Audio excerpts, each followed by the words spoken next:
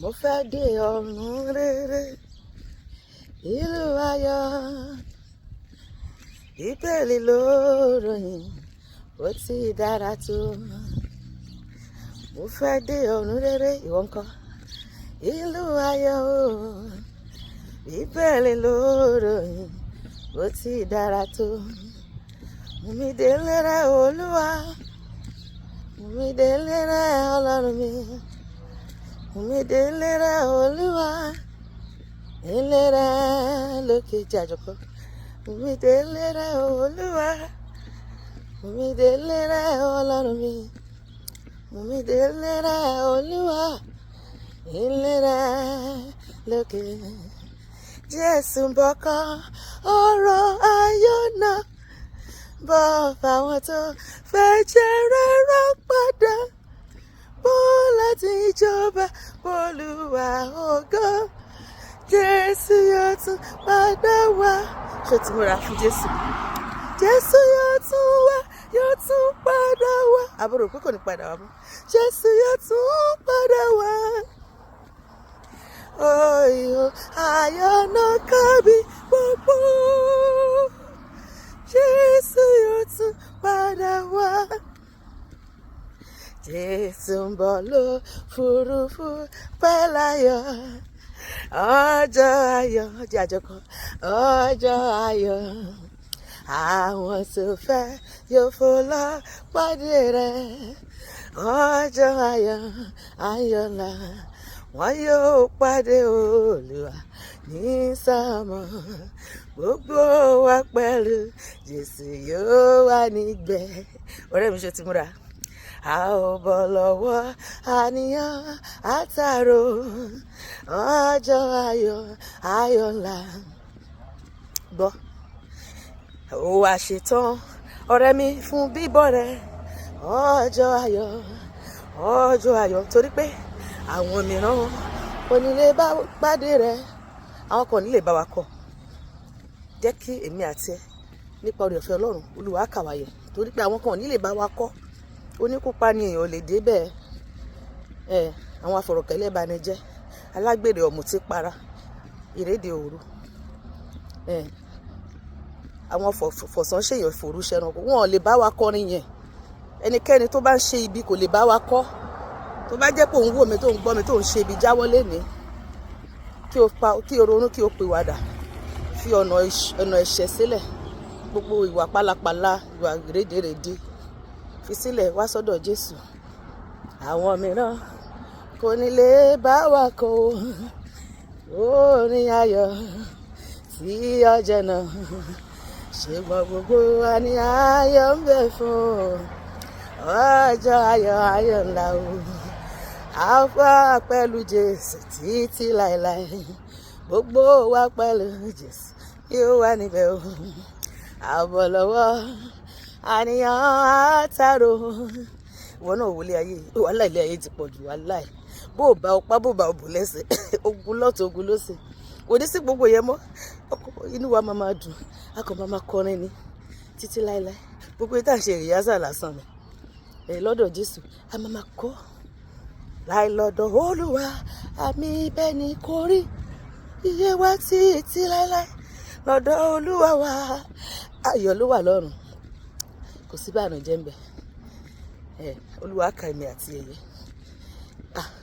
Orin yẹn sọ pé ẹ kú ìmúra sílẹ̀ o fún dídé Olúwa.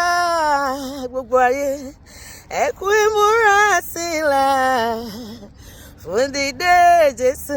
Ará mi ẹ kú ìmúra o fún dídé Jésù. Gbogbo ayé ẹ kú ìmúra o fún dídé Jésù. Èmi pẹ̀lú wọn ni yóò kọ orin ayọ̀ alájẹ̀nà. Èmi pẹ̀lú wọn ni o, èmi pẹ̀lú wọn ni yóò kọ orin ayọ̀ alájẹ̀nà, orin ayọ̀ o. Orin ayọ̀ tí ó bá ògo. Ìwọ náà máa sọ bẹ́ẹ̀. Orin ayọ̀ tí rà padà o. Èmi pẹ̀lú wọn ni yóò kọ orin ayọ̀ alájẹ̀nà o. Jerusalem tọrùn lórí mi ìlú mi, ilé mi bá kú ẹkùn ìbùkún mi. Pariwo, ibi ayọ̀, ìgbà wo ni n ò rojú rẹ̀ Ọlọ́run mi o. Níbẹ̀ ló bá mi wá, tẹ̀dá lẹ́bi láàyè o. Áńgẹ́lì kọrin fún wọn sì tẹríba fún. Ibi ayọ̀, ìgbà wo ni n ò rojú rẹ̀ Ọlọ́run mi. Gbọ́ ọ̀rẹ́ mi, àwọn kan wà tá a nífẹ̀ẹ́ wọn gan. A nífẹ̀ẹ́ wọn gan ṣùgbọ́n wọ́n ti kọjá lọ. Wọ́n ti sùn nínú Olúwa. Wọ́n ti kú lóúnjẹ bẹ̀. Ṣùgbọ́n a ó tún rí wọn. We're gonna see them again.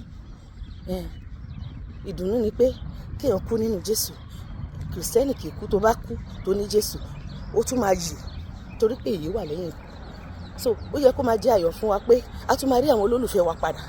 Do you know there is another fellowship in heaven? I know there is another fellowship in heaven. Ọ̀rẹ́ mi, do you know there is another fellowship in heaven? I know there is another fellowship in heaven. Oh, when the saints go marching in. When the saints go marching in. Lord, I want to be in that number. Come here, Baba. When the saints go marching in. You cannot support. Abá mi lẹ́nu ìrere. Abá mi lẹ́nu ìrere. Mo ló ti máa bá wọ. Mo máa ní bá mi nílé ọtí o. Abá mi lẹ́nu ìrere. Bí Jésù bá dé. Abá mi lẹ́nu ìrere. Bí Jésù bá dé o. Abá mi lẹ́nu ìrere. Mo máa ní bá mi nílé aláwo. Abá mi lẹ́nu ìrere. Wípé Jésù ń bọ̀. Wípé Jésù ń bọ̀. Gbogbo sáyẹ̀nsì tó bá ka Matthew 24, gbogbo nǹkan tí Jésù ló máa ṣẹlẹ̀ pátá ló ti ṣẹlẹ̀. Ó túmọ̀ sí pé dídé Jésù ó lè ṣẹlẹ̀ anytime. Rapture ó lè ṣẹlẹ̀ anytime. Ìgbàsókè àwọn àyànfẹ́ anytime ló lè ṣẹlẹ̀. Ṣé o ti múra?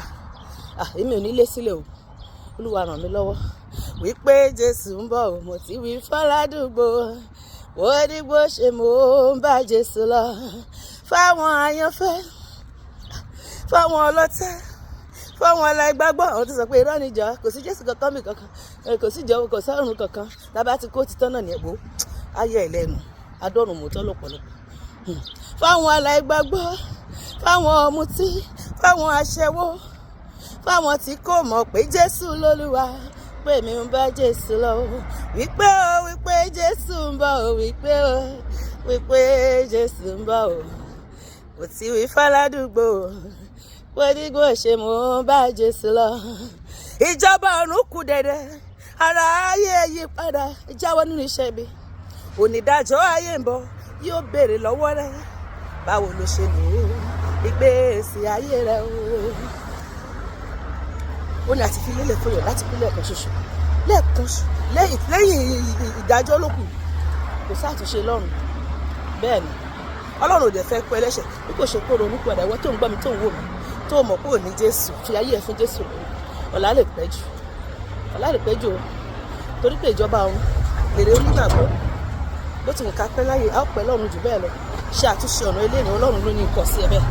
Ìjọba ọ̀run èrè onígbàgbọ́ o. Má jẹ́ nà bàbá, mú mi délé o.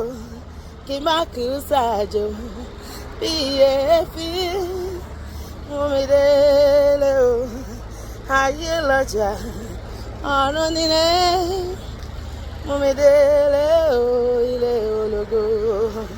Olúwa ka ẹ̀mí àti ẹyẹ níkẹyìn ayé wa, ó bá Jésù jọba. A ò ní fa ayé ìbọ̀rùn jẹ́ lórúkọ Jésù. Àmín.